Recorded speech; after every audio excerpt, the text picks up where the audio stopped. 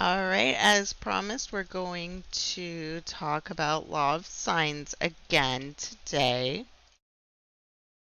When you use law of sines to solve a triangle with side-side angle information, it is different. In this case, we can get 0, 1, or 2 triangles. This is called an ambiguous case.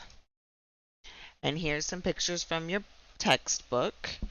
You see here, if A is less than the height, you can't make a triangle. There's no way to connect it here. If A is the same as the height of a triangle, then you can only have the one here. It's going to be a right triangle. If A is smaller than B but bigger than the height, you can have two different triangles here. If A is greater than B, then you can only have one triangle.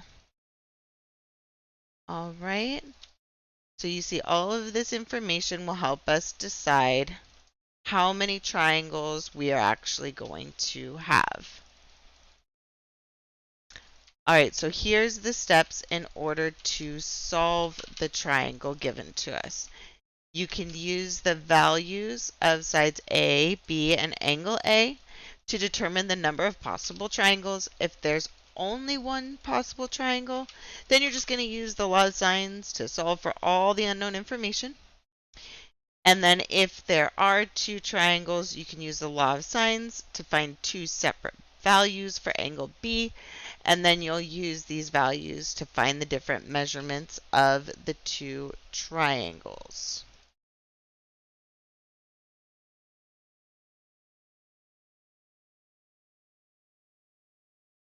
All right, so now we want to determine the number of triangles that can be found using these measurements, and then we want to solve for it.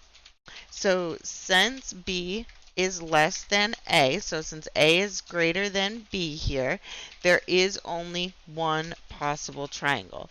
So we're going to use the law of sines to solve for all the missing information. So here is the triangle. I just drew out and sketched out a triangle with the values that were given to us.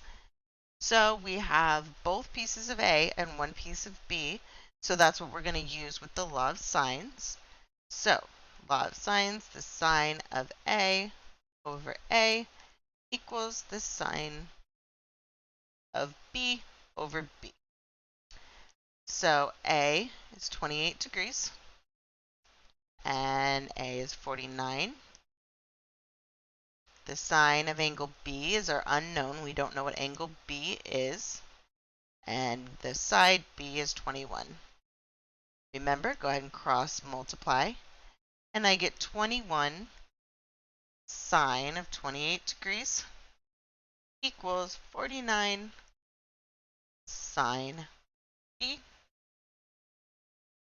I'm going to divide both sides by 49.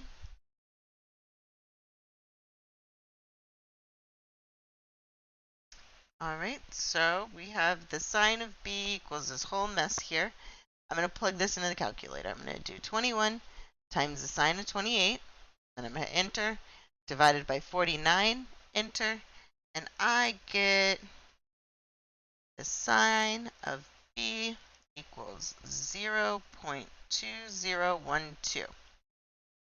So then in the calculator, I'm going to enter reverse sine 0.2012 equals,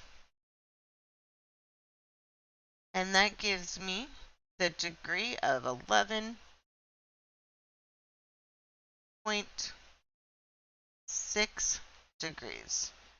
So this angle B is actually 11.6 degrees.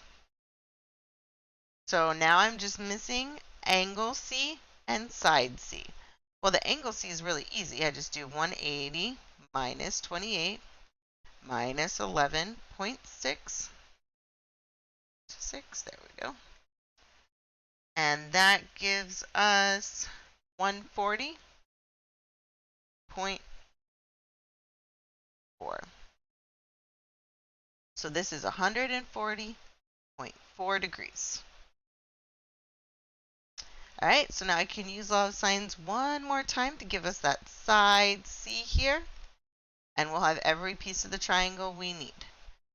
So sine of A, which is 28 degrees, over side A, which is 49, equals the sine of C, which is 140.4 degrees, over side C, and we don't know what that is yet. That's our unknown. So we're going to cross multiply.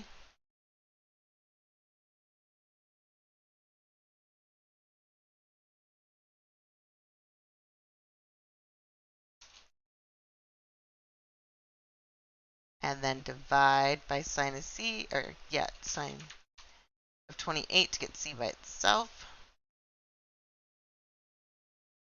And we plug this into the calculator, and we get side C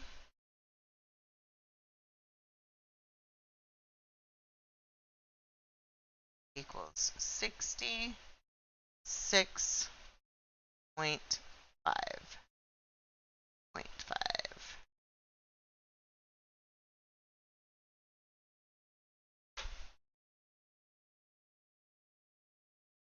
Equals 66.5.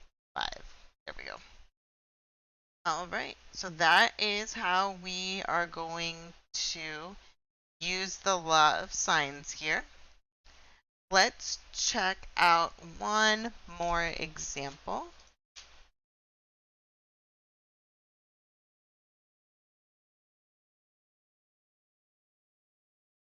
All right, so now I'm giving you side A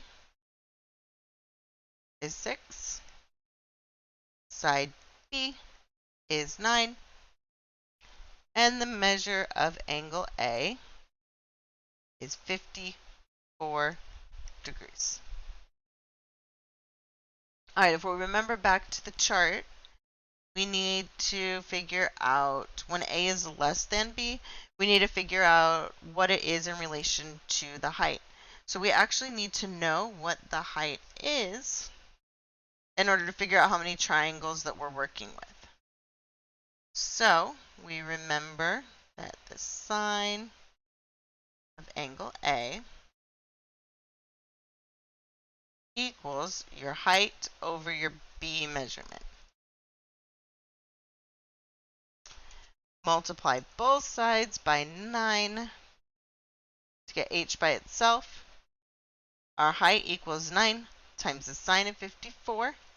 When we plug that into the calculator, we get 7.28 when we round it off. Since A is less than the height, no triangle can be formed. So, no triangle to solve. All right. So that is all I have for you today. Your assignment will be page 726 again. This time you're going to do numbers 13 through 17. Let me know if you have any questions. Happy problem solving.